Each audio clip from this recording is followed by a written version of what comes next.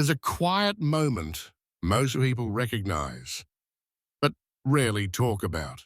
It happens when you're lying awake at night, scrolling through someone else's success story, or staring at a ceiling fan that suddenly feels louder than your thoughts. You tell yourself you're being sensible, responsible, mature. You chose the safer option. You didn't take unnecessary risks. You followed the path that promised stability. And yet, beneath that comforting story, there's an unsettling question tapping at your mind. If playing safe is supposed to protect you, why does it feel like something important is slowly slipping away? From the outside, playing safe looks smart. It looks like staying in the job you don't love because it pays on time. It looks like shelving the idea you were excited about because the odds weren't guaranteed. It looks like keeping your opinions quiet, your ambitions modest, and your expectations low enough that disappointment can't hurt too much. Society applauds this behavior. Families encourage it. Institutions reward it. And yet, over time, something subtle begins to happen. The price you pay isn't loud or dramatic. It doesn't arrive as failure. It arrives as comfort that slowly turns into confinement. When you play safe long enough, your life becomes predictable, and predictability feels like control. You know what your days will look like. You know what you'll earn, where you'll go, what people expect from you. That certainty can be deeply comforting, especially if you've seen chaos or instability before.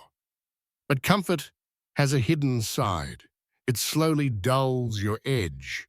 It teaches your nervous system that growth is dangerous and that unfamiliar territory should be avoided at all costs. Over time, you stop asking what's possible and start asking what's acceptable.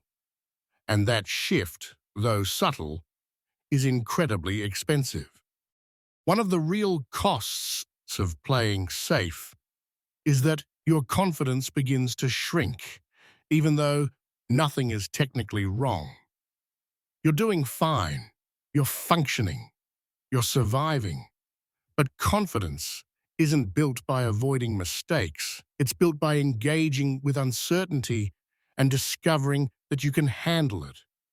When you consistently choose the safest option, you never give yourself evidence of your own resilience. You never learn how resourceful you can be under pressure. So even as life stays stable on the surface, your inner belief quietly weakens, and fear starts to feel bigger than it should.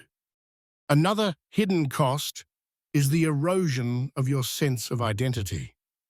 When you avoid risk, you also avoid making strong choices. And strong choices are how we discover who we are. Over time, you start defining yourself by roles instead of values. You become the dependable one, the sensible one, the low-maintenance one. People praise you for it, but inside you may feel increasingly disconnected from your own desires. You stop trusting your instincts because you've trained yourself to override them in favor of what feels safe. Eventually, you may wake up one day and realize you've lived according to expectations so long that you're no longer sure what you genuinely want. Playing safe also has a way of distorting your perception of risk itself. When you avoid discomfort for too long, even small uncertainties start to feel overwhelming. A career change feels impossible. A difficult conversation feels dangerous. An unconventional idea feels reckless. Your world doesn't shrink because of external limits. It shrinks because your tolerance for uncertainty has quietly declined. Ironically, this makes you less secure over time, not more, because the world doesn't stop changing just because you've chosen comfort. Then there's the cost that shows up in relationships. When you play safe emotionally, you avoid vulnerability. You keep conversations light. You avoid expressing needs too clearly. You don't rock the boat. On the surface, everything seems peaceful, but the depth requires risk. Intimacy requires honesty, and honesty always carries the possibility of rejection.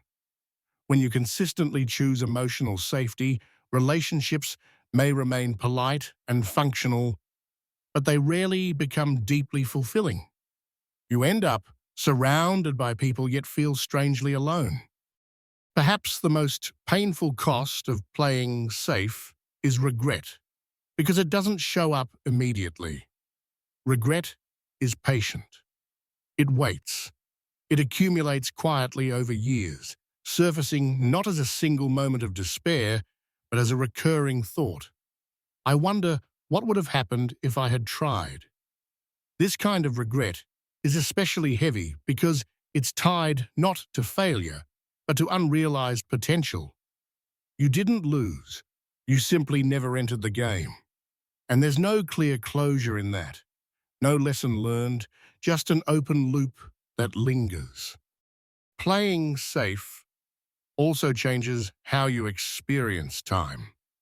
When your days are repetitive and predictable, time seems to move faster.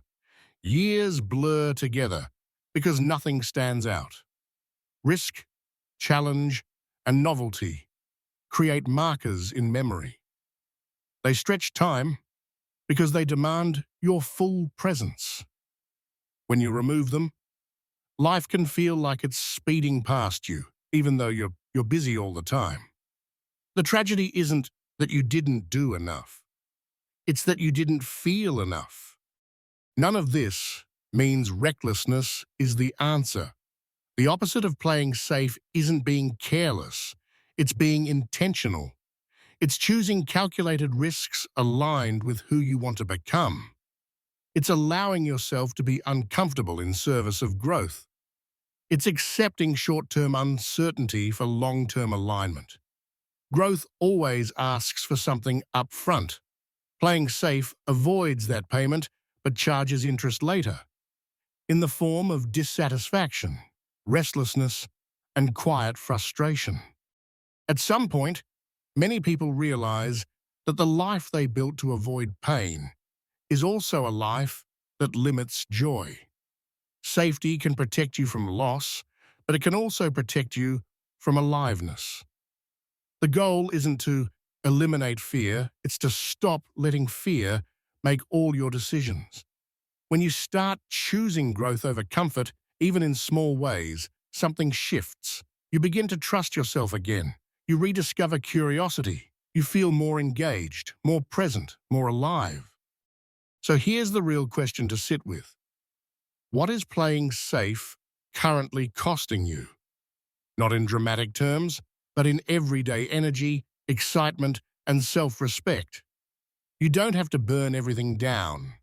You don't have to gamble your entire future.